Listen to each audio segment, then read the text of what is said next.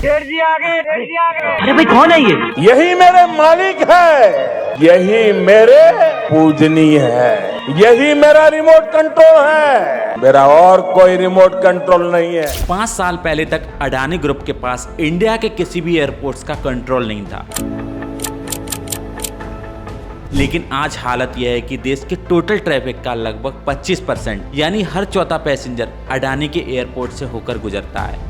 मुंबई, त्रिवेंद्रपुरम, जयपुर, लखनऊ गिनते जाइए और आपको पता चलेगा कि इंडिया के सबसे बड़े और मुनाफे वाले एयरपोर्ट्स अब अडानी के हाथ में हैं। अडानी जी और मोदी जी एक हैं। जिसके हवाई जहाज में प्रधानमंत्री घूमते हैं, जिसके पैसे से भारतीय जनता पार्टी चलती है। Slew of teams across sectors from defense to airports to power almost always went to the Adani Group. पूरा का पूरा धन एक व्यक्ति के हाथ में जा रहा है। इनका हिंदुस्तान के प्रधानमंत्री के साथ क्या रिश्ता है? और सबसे बड़ा सच है कि इनमें से एक भी एयरपोर्ट अडानी ने खुद नहीं बनाया, न एक रनवे डाला, न एक ईंट रखी। ये सारे एयरपोर्ट्स टैक्स पेयर के पैसे से बने थे। सालों साल जनता की कमाई से इनका इंफ्रास्ट्रक्चर खड़ा हुआ और अब फिर अचानक एक दिन ये सब एयरपोर्ट्स प्राइवेट कंपनी को सौंप दिए गए। यह सिर्फ अडानी की कहानी नहीं है, ये पूरा मॉडल ऐसे ही है कि भारत के एयरपोर्ट धीरे धीरे प्राइवेट हाथों में खिसकते चले जा रहे हैं। और अब सवाल ये है, क्यों सरकार घाटे वाले एयरपोर्ट्स अपने पास रख लेती है और प्रॉफिटेबल वाले एयरपोर्ट्स प्राइवेट कंपनी को दे देती है? क्यों एक ऐसी कंपनी जिसके पास एयरपोर्ट चलाने का जीरो एक्सपीरियंस था, अचानक ये भारत की सबसे बड़ी प्राइवेट एयरपोर्ट ऑपरेटर बन गई? यह सिर्फ एयरपोर्ट्स का मामला नहीं, यह एक पब्लिक से प्राइवेट की तरफ शिफ्ट होती हुई पॉलिसी है, जिसमें जनता का पैसा और जनता की जमीन दोनों कॉरपोरेट हाउसेस को सौंप दी जाती हैं। और याद रखिए, एयरपोर्ट सिर्फ रनवे नहीं होता, एयरपोर्ट्स के आसपास की हजारों एकड़ प्राइम अर्बन लैंड जिसकी कीमत अरबों खरबों में है, वह भी प्राइवेट कंपनीज को 50 से 60 साल की लॉन्ग लीज पर दे दी जाती हैं। इसका मतलब समझिए, एयरपोर्ट जनता ने बनाया, लेकिन इसका सीधा मुनाफा प्राइवेट कंपनी खाएंगे, घाटा सरकार उठाएगी और जमीन का फायदा भी कॉरपोरेट की झोली में जाएगा। यही है असली प्राइवेटाइजेशन का मॉडल, और यही मॉडल कल रेलवे, परसों हाईवे और फिर हर पब्लिक सेक्टर पर फैल सकता है। तो आइए अब इस कंपनी को डिटेल्स में समझते हैं, कैसे इंडिया के एयरपोर्ट्स का खेल बदला, किन कंपनियों ने इसे हथियाया और इसका सीधा फायदा किसकी झोली में गया। Welcome to fact to focus. यहाँ हम बताते हैं आपको वो बातें जिन पर अक्सर नजरें डाली जाती हैं लेकिन ध्यान नहीं। अगर आपने हमारे चैनल को सब्सक्राइब नहीं किया है तो सब्सक्राइब कर लीजिए, क्योंकि ऐसी ही और वीडियो का नोटिफिकेशन आपको सबसे पहले पहुंचता रहे। इंडिया में आज लगभग 150 एयरपोर्ट हैं। इन सब का कंट्रोल पहले airports authority of India AAI के पास था। AAI ने एयरपोर्ट टैक्स पेयर के पैसे से बनाए थे और पब्लिक सर्विस के लिए चलाए, लेकिन इस सिस्टम में एक बैलेंस था।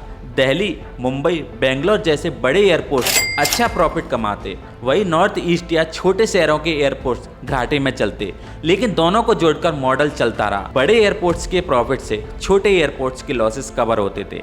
इससे हर शहर, चाहे छोटा या बड़ा, फ्लाइट कनेक्टिविटी पाता। लेकिन 2003 में गेम बदला। सरकार ने कहा चलो एयरपोर्ट्स को प्राइवेटाइज करते हैं। लॉजिक दिया गया, प्राइवेट सेक्टर एफिशिएंसी लाएगा, सर्विस क्वालिटी सुधरेगी और कैपिटल भी लेकर आएगा। सुनने में सब अच्छा लगा, लेकिन असली खेल तब सामने आया जब देखा गया कि कौन से एयरपोर्ट्स प्राइवेटाइज हुए हैं और किन कंपनियों ने इन्हें खरीदा।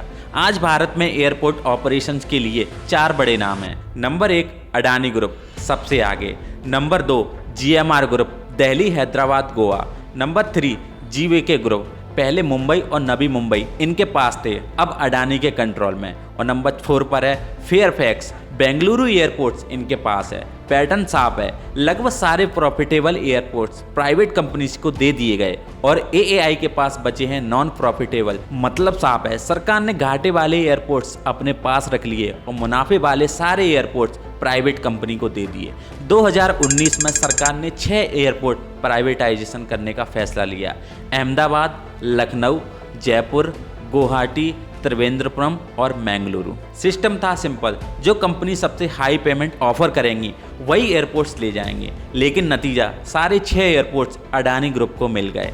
अब सवाल ये उठा, क्या अडानी के पास पहले से कोई एयरपोर्ट ऑपरेशंस का एक्सपीरियंस था? जवाब है बिल्कुल नहीं। फिर भी उसी साल अडानी ने मुंबई एयरपोर्ट पर भी कंट्रोल लेना शुरू कर दिया और सिर्फ 3 साल में एक कंपनी जिसने कभी एयरपोर्ट नहीं चलाया था बन गई इंडिया की सबसे बड़ी प्राइवेट एयरपोर्ट ऑपरेटर। असल खेल मुंबई एयरपोर्ट से शुरू हुआ। 2006 में मुंबई एयरपोर्ट जीवीके ग्रुप के पास गया। उन्होंने नया टर्मिनल बनाया, हजारों करोड़ों का इन्वेस्टमेंट किया और एयरपोर्ट को मॉडर्न बनाया। लेकिन इतना बड़ा इन्वेस्टमेंट करने के बाद जीवीके ग्रुप पर ढेरों लोन्स चढ़ गए, बैंक्स का दबाव बढ़ता चला गया। जीवीके ने अबू धाबी इन्वेस्टमेंट अथॉरिटी और national investment and infrastructure fund NIIF जैसे इंटरनेशनल इन्वेस्टर के साथ डील्स की, जिनमें लिखा था कि जीवीके उनकी मंजूरी के बिना एयरपोर्ट्स नहीं बेच सकता। लेकिन जब हालात बिगड़े और दिवालिया होने का डर सामने आया, जीवीके के पास कोई ऑप्शन नहीं बचा। मजबूरी में उन्हें मुंबई एयरपोर्ट्स अडानी को बेचना पड़ा। यह वही मुंबई एयरपोर्ट्स है जहां हर साल 50 मिलियन से ज़्यादा लोग ट्रैवल करते हैं। और यह सिर्फ रनवे और टर्मिनल नहीं, इसके आसपास की प्राइम अर्बन लैंड जिसकी कीमत अरबों की है, अब वो अडानी के कंट्रोल में है। अब सवाल, अडानी ने सारे एयरपोर्ट्स बिडिंग में कैसे जीत लिए? प्राइवेटाइजेशन में सिस्टम सिंपल है। हर कंपनी AAI को बताती है कि वो पर पैसेंजर कितना रेवेन्यू देगी। हाईएस्ट बिडर को एयरपोर्ट्स मिल जाता है। 2019 में बाकी कंपनियों ने बोली लगाई 70 से 100 रुपये पर पैसेंजर, लेकिन अडानी ने बोली लगा दी 115 रुपये से 117 रुपये पर पैसेंजर, यानी 1.5 गुना ज़्यादा। कोई कंपनी इतनी हाई बोली क्यों लगाएगी? जवाब सिंपल है, क्योंकि एयरपोर्ट्स के साथ मिलता है उसका लैंड बैंक। जब कोई प्राइवेट कंपनी एयरपोर्ट लेती है तो उसे रनवे और टर्मिनल के साथ साथ हजारों एकड़ प्राइम लैंड भी मिलती है 50 से 60 साल की लीज पर। CAG की रिपोर्ट कहती है कि सिर्फ दिल्ली एयरपोर्ट्स की लैंड से अगले 60 साल में 1,63,000 करोड़ की अर्निंग हो सकती है। अब सोचिए ऑपरेटर ने कितना इन्वेस्ट किया, सिर्फ 2,450 करोड़। छोटा इन्वेस्टमेंट और बदले में लाखों करोड़ों की वैल्यू वाली जमीन। पुराने प्राइवेटाइजेशन डील्स में जैसे दिल्ली और मुंबई में रेवेन्यू शेयरिंग होता, दिल्ली एयरपोर्ट्स का 46% रेवेन्यू AAI को जाता है, मुंबई एयरपोर्ट्स का 39% रेवेन्यू AAI को मिलता है। लेकिन ये रेवेन्यू सिर्फ एविएशन ऑपरेशन से आने वाले पैसे पर था। होटल्स, मॉल्स और बाकी कमर्शियल प्रॉपर्टीज से जो पैसा आता वो इसमें इंक्लूड नहीं था। मतलब असली कमाई प्राइवेट कंपनी की जेब में जाती। और नई डील्स में तो ये भी नहीं है। अब सिस्टम है फिक्स्ड फी पर पैसेंजर। डोमेस्टिक पैसेंजर पर सरकार को सिर्फ 150 रुपये से 170 रुपये मिलते हैं। इंटरनेशनल पैसेंजर पर 230 से 354 रुपये। चाहे प्राइवेट ऑपरेटर अरबों का प्रॉफिट कमाए, सरकार को उतना ही मिलेगा। तस्वीर साफ है, टैक्स पेयर ने एयरपोर्ट्स बनवाए, प्रॉफिटेबल एयरपोर्ट्स प्राइवेट कंपनी को दे दिए, लॉस मेकिंग एयरपोर्ट सरकार के पास छोड़ दिए और अरबों की जमीन भी कॉरपोरेट के हाथों में चली गई। सरकार को मिलेगा सिर्फ फिक्स्ड पैसा और प्राइवेट कंपनी का प्रॉफिट हर साल बढ़ता जाएगा। एक्सपर्ट्स का कहना है कि यही पैटर्न अब रेलवे, हाईवे और बाकी पब्लिक सेक्टर में रिपीट होगा।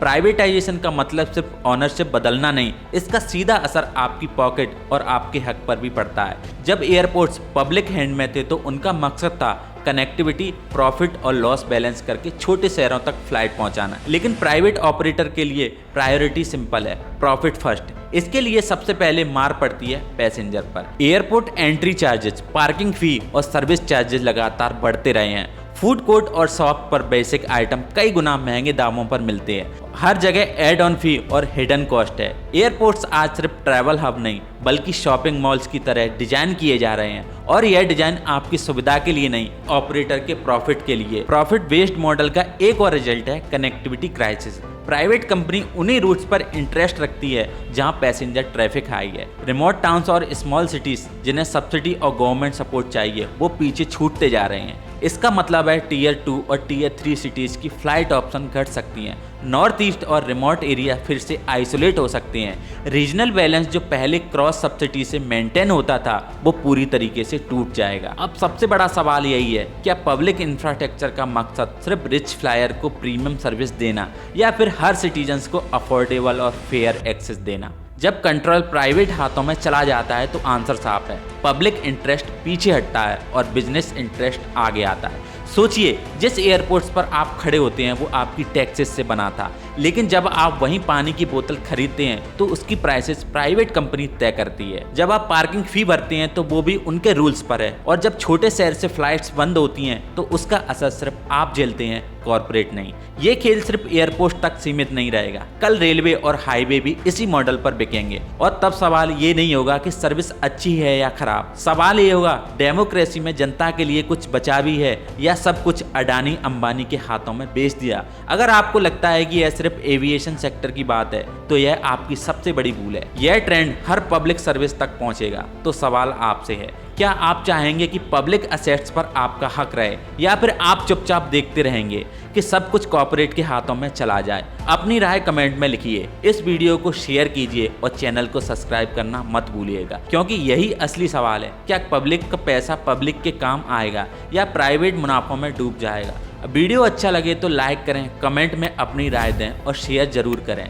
तब तक के लिए जय हिंद।